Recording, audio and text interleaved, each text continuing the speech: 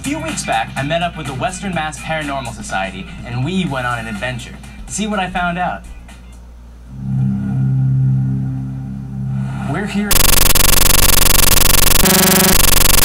checking out a deserted store because... Let's go check it out.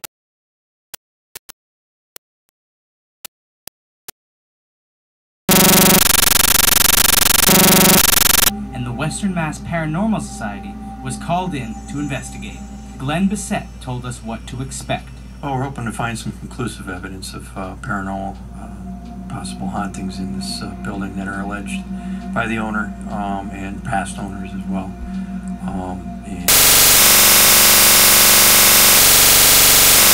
And see what we get.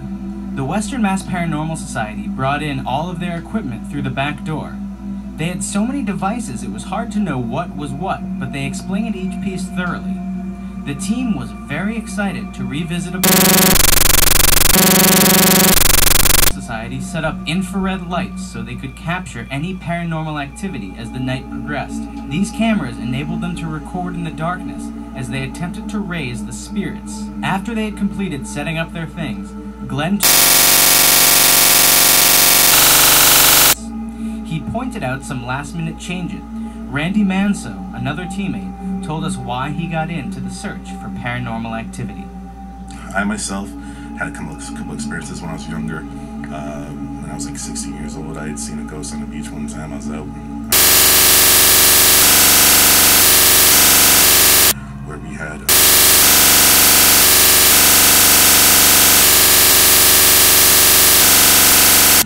voice evidence of paranormal, and through our investigations over the past year, we found a lot of that. So, you know, it's always interesting. I did my own search for paranormal life at the package store in East Hampton. I scoured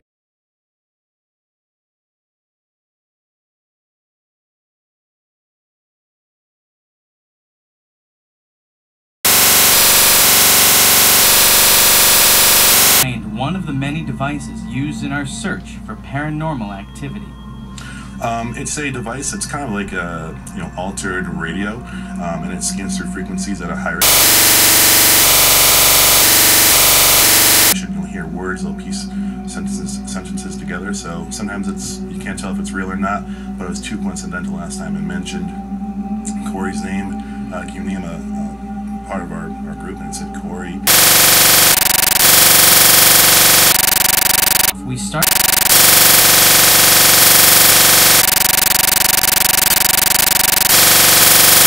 Ghosts. We took all of our devices, like the K2 meter and the Frank's box, down there. The owner had said previously for him had played poker games there and had heard things that were pretty unnatural. We took turns asking questions into one of the devices, hoping for an answer. We'd say things like, "Are you there?" Or, "If you're there, tug gently on my shirt." Or, "I'm in the very creepy basement." We went upstairs to the equally creepy rest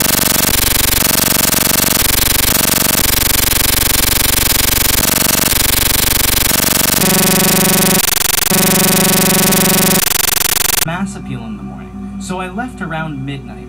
But the crew stayed late into early hours of the morning, asking the spiritual questions and recording, waiting to see if there was anyone out there watching us. We didn't see anything that tried to steal our cars or take our hats, but I've been told sometimes it's when the Western Mass Paranormal Society goes through their footage, it takes...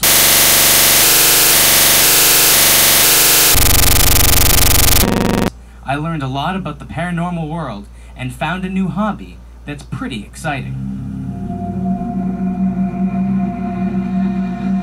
And luckily we're back in Studio 1A, and now we're joined by the four people and Jessica Marcino are all members of the Western Mass Paranormal Society, and they're here to talk about their findings. So thank you all for coming on. Thank you for having us. I've got to ask, maybe we can start with you, Glenn. What got everybody into the paranormal investigation field? I don't know about the rest of them, but what got me into it is, all really couldn't answer, as a young person and in my adult life. And I always wanted to find answers for those questions, and now I'm doing so, doing that. Well, you? Well, I've always had a, interest in the paranormal, and finally, when I met Randy, he had similar interests. Grew bigger and bigger. How about you, Jess? How'd you end up with these three gentlemen? I don't know. It's crazy. Honestly, I just think that there's just so many people that don't believe in this, and until it happens to you, it's kind of hard to believe it. And it's to say,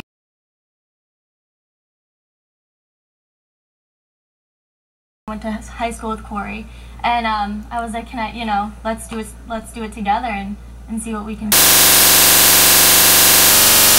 In the earlier segment I mentioned I've had some experiences in the previously, so when you have that experience you want to know more, and Corey and I actually played on the same baseball team together, which got us started. We started talking about it, so we wanted to start up a group, so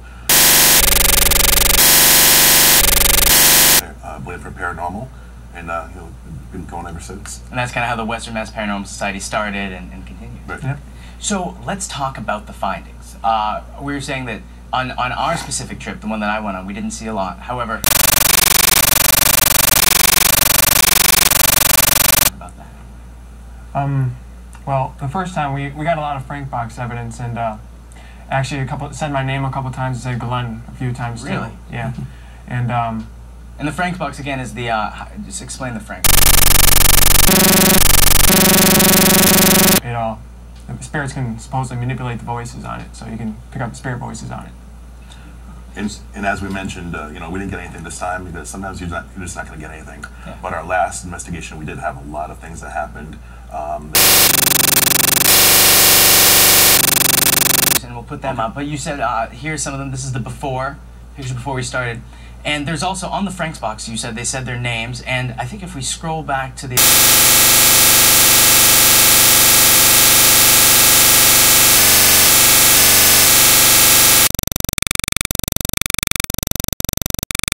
Picture, I actually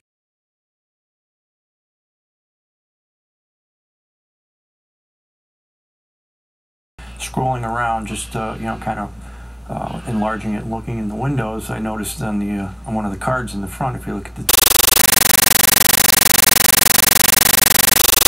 at me, I took this picture from across the street of a 4-lane road, and there was nobody inside the building. It was totally locked down. Nobody had gotten there yet. and this is something that happened afterwards, and after you were looking back at the evidence. Yes. Exactly. So oftentimes it doesn't happen. You won't notice it feel right something. away. Exactly. Most memorable paranormal investigations memories. Anyone want to talk about those? Well, Corey and I actually, when we first started, we were doing a house in Suffield. It was an old farmhouse, and we had open access to that place. So we were actually upstairs on the second floor, and as we were upstairs,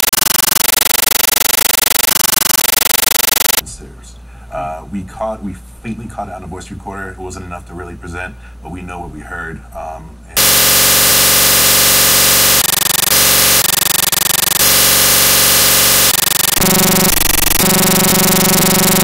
A laser grid.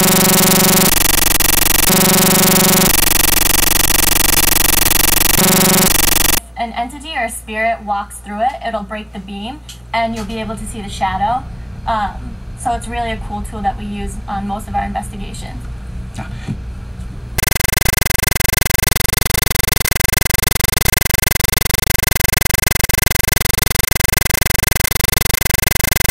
Society. Glenn is with the W.M.P.S Paranormal group, and you can go on there and contact us through messaging.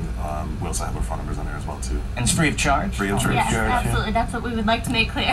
Free of charge. And we're always looking for new places, so. New places to go, new people to investigate. Yeah. Well, thanks for letting me follow you folks on one of your paranormal investigations, and thanks for coming on to share your findings. Thank you. Thank you for having us.